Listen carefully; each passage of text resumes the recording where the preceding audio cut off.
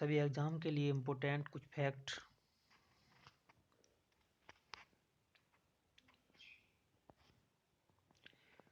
गुलाम वंश के बारे में आप पढ़ोगे। गुलाम वंश की जो स्थापना 1206 ईस्वी में कुतुबुद्दीन ऐबक ने की थी, वह घोरी का गुलाम था। गुलामों को फारसी में बंदगरोगा कहा जाता है तथा इन्हें सैनिक सेवा के लिए खरीदा जाता था। कुतुबुद्दीन ऐबक ने अपना राज्याभिषेक 24 जून 1206 को किया था। कुतुबुद्दीन ऐबक ने अपनी राजधानी लाहौर में स्थापित बनाई थी। कुतुबुद्दीन की नींव कुतुबुद्दीन ऐबक ने डाली थी। कुतुब मीनार की जो नींव है कुतुबुद्दीन ऐबक ने डाली।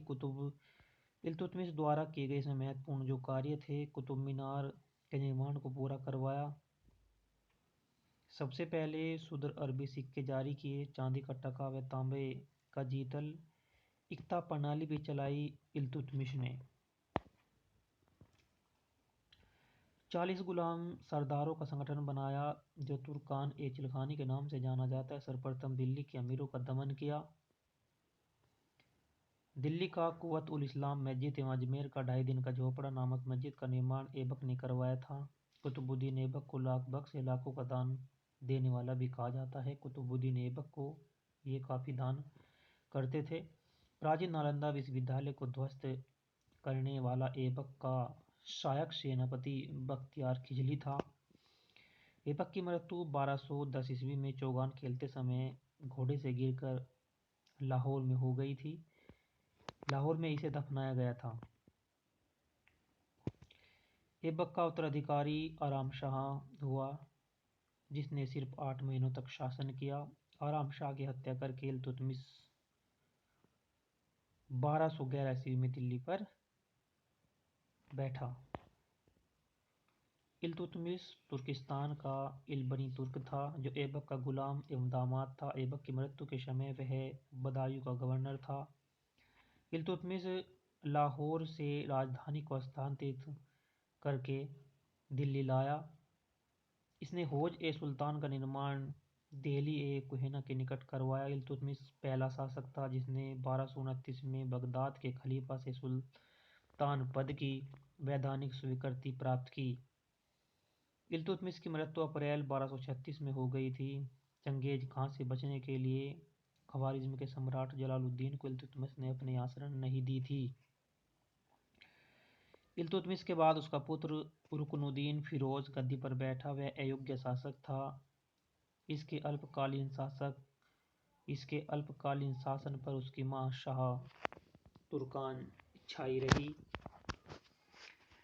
शाह तुर्कान के अवांछित प्रभाव से परेशान होकर तुर्की अमीरों ने रुकनुद्दीन को हटाकर रजिया को सिंहासन पर आसीन किया। इस प्रकार रजिया बेगम प्रथम मुस्लिम महिला बनी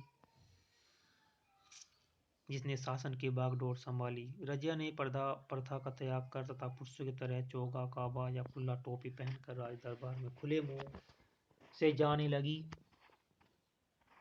रजिया ने मालिक जमालुद्दीन याकूत को अमीर ए अखूर घोड़े का सरदार नियुक्त किया। गैर तुर्कों को सामंत बनाने के रजिया के प्रयासों से तुर्की अमीर विरुद्ध हो गए और उसे बंदी बनाकर दिल्ली की गद्दी पर मुइजुद्दीन बादशाह को बैठा दिया। रजिया की शादी अल्तुतनिया के साथ हुई।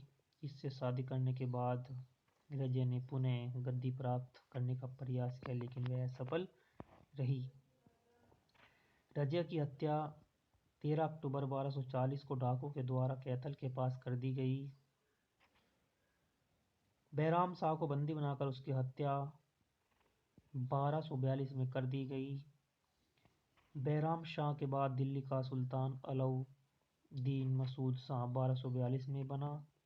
बलबन ने षड्यंत्र के द्वारा 1240 ईस्वी में अलाउद्दीन मसूद शाह को सुल्तान के पद से हटाकर नासिरुद्दीन महमूद को सुल्तान बना दिया। नासिरुद्दीन महमूद ऐसा सुल्तान था जो टोपी सीकर अपना जीवन निर्वाह करता था। बलबन ने अपनी पुत्री का विवाह नसीरुद्दीन महमूद के साथ किया।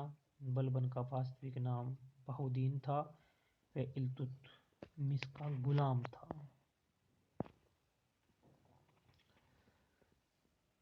तुर्कान ए चिलगानी के विनाश बलबन ने किया था। बलबन 1266 ईस्वी में गयासुद्दीन बलबन के नाम से दिल्ली की गद्दी पर बैठा। यह मंगोलों के आक्रमण से दिल्ली की रक्षा करने में सफल रहा। राज दरबार में सिजदा एवं पैबोस प्रथा की शुरुआत बलबन ने ही की थी। बलबन ने फारसी रीति रिवाजों पर आधारित नवरोज उत्सव को भी प्रारंभ किया। अपने विरोधियों के प्रति बलबन ने कठोर लोहे एवं रक्त की नीति अपनाई।